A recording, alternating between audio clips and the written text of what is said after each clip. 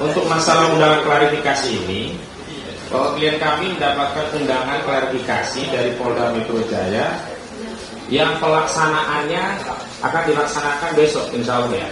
Besok hari Rabu, tanggal 2 Juli 2025. Nah, dalam undangan klarifikasi itu memang disebutkan untuk menindaklanjuti sejumlah laporan. Ada dari Andi Kurniawan, Kapriani, Lecumanan, Karim Rahayan, dan Samuel Buken. Dan kemudian kita tahu di antara nama pelapor itu juga ada yang mengatasnamakan Pemuda Patriot Nusantara, ini yang di Polres Jakarta Pusat, dan ada juga Peradi Bersatu di Polres Jakarta Selatan, yang perkaranya memang dilimpahkan ke Polda Metro Jaya. Jadi ini bukan undangan klarifikasi lanjutan atas laporan saudara Joko Widodo di 30 April 2025 lalu, yang klien kami sudah memenuhi permintaan atau undangan klarifikasi dari Polda Metro Jaya. Tapi ini adalah undangan klarifikasi terkait laporan-laporan di luar saudara Joko Widodo. Tadi saya sebutkan ada Andi Kurniawan, Kapriani, Lekuman, dan yang lainnya. Yang pasal-pasalnya disebutkan di dalam undangan klarifikasi itu, yang pertama ada pasal 160 KUHP tentang penghasutan. Yang kedua pasal 28 ayat 2, ini tentang delik ya menyebarkan kebencian dan kerusuhan berdasarkan sara, suku, agama, ras, dan antar golongan. Kemudian yang ketiga pasal 28 ayat 2 tentang mengedarkan pemberitaan bohong yang menerbitkan kerusuhan. Nah, 3 pasal ini yang dijadikan dasar laporan. Dan menariknya di laporan ini lebih parah. Undangan klarifikasi hari ini lebih parah daripada undangan klarifikasi yang disampaikan pada kasus laporan saudara Joko Widodo. Kalau dalam undangan klarifikasi terkait kasus yang dilaporkan oleh saudara Joko Widodo terkait dugaan tindak pidana pencemaran dan fitnah 310 KUHP dan 311 KUHP termasuk 27A Undang-Undang ITE itu masih menyebutkan lokus dan tempus ya. Pertama tempusnya di sekitar 26 Maret 2025. Walaupun tempusnya saat itu tidak disebutkan, hanya kemudian oleh Ade Arif Sam disebutkan di sekitar Kuningan, Jakarta Pusat. Nah, hari ini justru tidak disebutkan sama sekali. Klarifikasi terkait peristiwa apa, di mana, kapan, itu tidak ada. Nah, ini yang kemudian kami harus mengambil sikap terhadap undangan klarifikasi seperti ini, begitu. Nah, yang pertama kami ingin tegaskan bahwa acuan dalam melakukan tindakan di dalam perkara pidana, hukum acaranya, itu adalah Undang-Undang Nomor 8 Tahun 1981 tentang KUHP atau Kitab Undang-Undang Hukum Acara Pidana. Dan di dalam KUHP tidak ada satupun norma pasal yang mengatur tentang mekanisme penyelidikan perkara pidana dengan mengeluarkan undangan klarifikasi. Yang ada ya surat panggilan. Panggilan 1, panggilan 2. Nah, ketika panggilan 2 tidak dipenuhi dan tidak ada alasan dan panggilan itu sudah dilaksanakan secara patut, baru memang dimungkinkan ada upaya paksa. Nah, undangan klarifikasi ini tidak ada nomenklaturnya. Sehingga karena tidak diatur dalam KUHP, maka undangan klarifikasi ini tidak memiliki kekuatan hukum dan tidak mengikat secara hukum bagi masyarakat termasuk kepada klien kami. Karena acuan hukum acara yang mengikat dalam penyelidikan dan penyidikan tindak pidana adalah tadi Undang-Undang Kitab Undang-Undang Hukum Acara Pidana, Undang-Undang 8 tahun 81. Jadi kami tegaskan bahwa proses dan prosedur dalam penyelidikan perkara pidana dalam KUHP tidak dikenal norma tentang mekanisme melakukan undangan klarifikasi. Yang kedua, kami tegaskan karena sifatnya undangan klarifikasi, maka kami bisa mengambil 2 pilihan. Pertama, kami memenuhi karena ada kepentingan yang memang harus kami klarifikasi. Misalnya pada kasus laporan saudara Joko Widodo yang dirinya merasa direndahkan serendah-rendahnya, dihinakan sehina-hinanya, maka pada saat itu ada undangan klarifikasi dari Polda Metro Jaya kami penuhi. Karena ada kepentingan bagi kami untuk menjelaskan duduk perkara penelitian klien kami yang menyimpulkan ijazah tersebut secara ilmiah nomenklaturnya adalah fake atau palsu. Namun dalam kasus yang kedua ini, kami tegaskan bahwa orang-orang ini tidak ada hubungannya dengan kasus ijazah palsu, tidak punya legal standing. Ya, apakah organisasi Peradi Nusantara, Barisan Patriot Nusantara, Peradi Bersatu maksud saya, itu tidak punya kompetensi, kewenangan atau tidak punya legal standing. Apalagi orang-orang istilah keluarga Jokowi itu misalkan menantu, buyut, cicitnya itu bernama Andi Kurniawan, tidak ada. Yang ada Kaisang, kemudian ada Gibran, ada Kahiyang. Nah, kalau yang mengadukan terkait pencemaran Kaisang Gibran masih relevan karena ada hubungan hukum dengan saudara Joko Widodo. Ini kan orang tidak dikenal. Andi Kurniawan ini siapa? Kapriani siapa? Lekumana ini siapa? Karim Rahayan dan Samuel Suken itu siapa? Nah, justru laporan seperti ini menurut hemat kami memang tidak perlu diklarifikasi karena nggak ada urusannya kami dengan orang-orang ini. Sehingga kami nanti akan menjelaskan sikap kami, nanti akan dibacakan bahwa kami memilih untuk tidak memenuhi undangan klarifikasi ini karena tidak ada relevansinya dengan penelitian yang dilakukan klien kami terkait ijazah palsu saudara Joko Widodo. Itu yang perlu kami tegaskan. Bahkan kami menegaskan laporan-laporan seperti ini justru akan menjadi pintu kriminalisasi terhadap klien kami. Dan sebenarnya laporan seperti ini yang membuat gaduh Republik ini. Kenapa? Karena orang-orang yang tidak ada kepentingannya bikin laporan harusnya. Karena sudah ada laporan yang sifatnya lex spesialis, yakni delik aduan di 30 April 2025, saudara Joko Widodo mengadukan dia merasa tercemar dan merasa difitnah, harusnya fokus di situ. Dan terkait kasus pencemaran fitnah ini juga tidak bisa serta-merta diproses karena ada dugaan, ya, tindak pidana pemalsuan dokumen yang, saya masuk ke tema kedua. Yang hari ini temuan fakta di lapangan makin jelas. Bagaimana sih ijazah palsu itu dibuat? Yakni apa? Betor Suryadi, politisi PDIP, menegaskan bahwa ijazah tersebut dicetak di pasar Pramuka.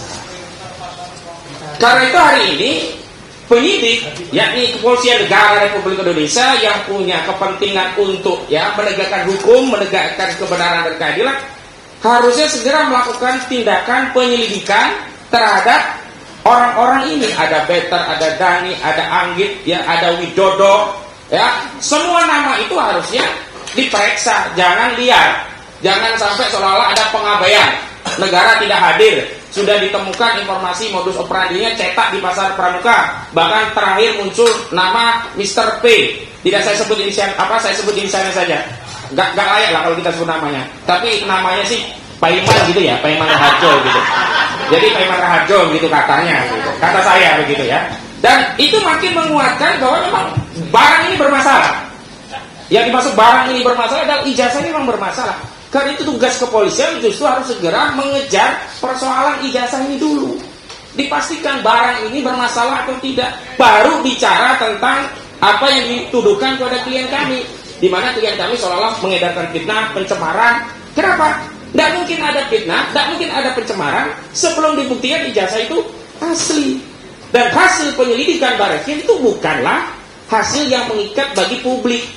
Hasil yang mengikat bagi publik itu adalah putusan pengadilan. Dan putusan pengadilan yang mengikat itu adalah putusan pengadilan yang inkrafan gewis atau berkekuatan hukum tetap. Judex juris, putusan Mahkamah Agung. Kalau kemudian masyarakat bertanya kalau itu masih lama, ya memang begitu prosedurnya. Inilah prosedur yang diatur dalam tata negara kita, acara kita, bahwa putusan yang memiliki kekuatan hukum mengikat itu adalah putusan kasasi dari Mahkamah Agung.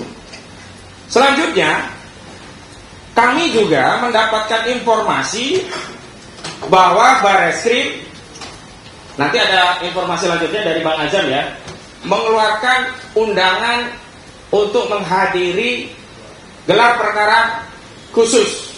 Namun menjadi catatan kami bahwa undangan itu hanya ditujukan kepada pribadi saudara Egy Sujana.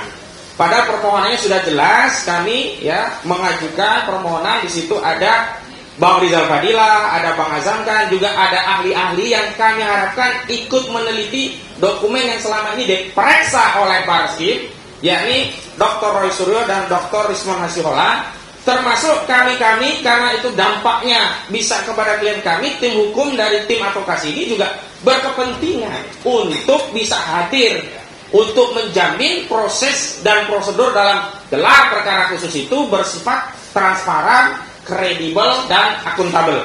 Nah, mengenai yang ketiga ini, kami nanti akan melakukan rapat terpisah, pembahasan terpisah. Kami belum menentukan sikap, dan undangan klarifikasi itu memang sudah diterima klien kami, Pak Rizal Fadilah, yang sebenarnya juga diterima oleh Bang Egy Sujana, karena Bang Egy Sujana juga klien kami.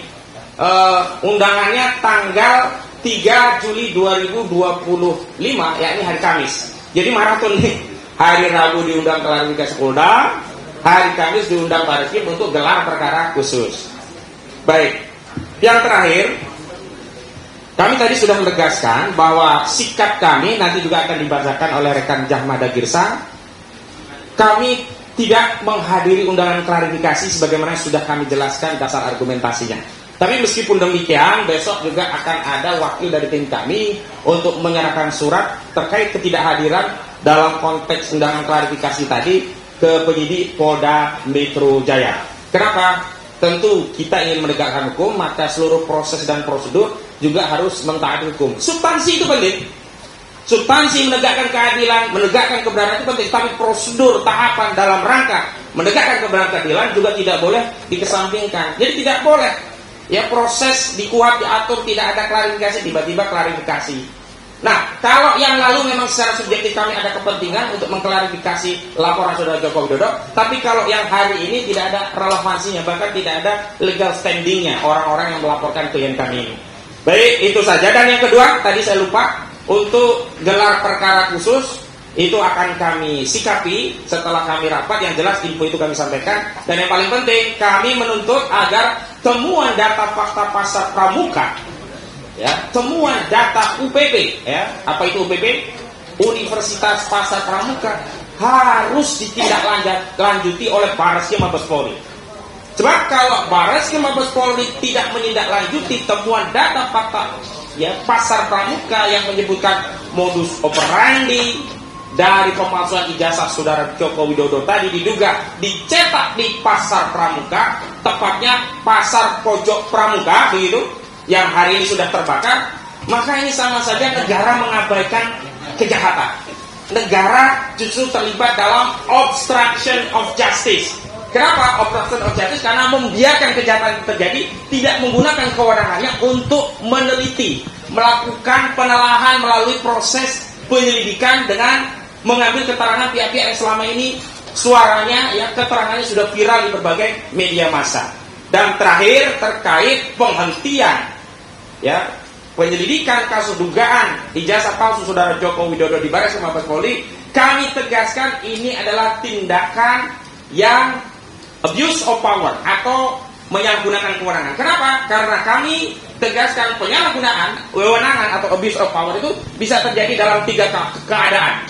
Pertama, menggunakan kewenangan bukan untuk peruntukannya. Kedua, menggunakan kewenangan melampaui peruntukannya. Dan ketiga, menggunakan kewenangan mengambil tindakan tanpa dasar kewenangan. Dan yang terjadi penghentian penyelidikan oleh Barreskrim Mabes Polri adalah menghentikan penyelidikan tanpa dasar kewenangan. Karena apa? Di KUHP, kewenangan penyidik itu hanyalah untuk menghentikan penyidikan dengan produknya SP3. Tidak ada satupun pasal di dalam KUHP yang memberikan kewenangan kepada penyidik untuk menghentikan penyelidikan. Karena itu tindakan Barreskrim Polri yang secara pihak menghentikan penyelidikan ini masuk kategori abuse of power, menyalahgunakan kewenangan. Karena itu agar abuse of power itu hilang, Barreskrim harus melanjutkan penyelidikan, apalagi ada temuan baru terkait pasar pramuka. Demikian dari saya. Wassalamualaikum warahmatullahi wabarakatuh. Assalamualaikum warahmatullahi wabarakatuh. Baik.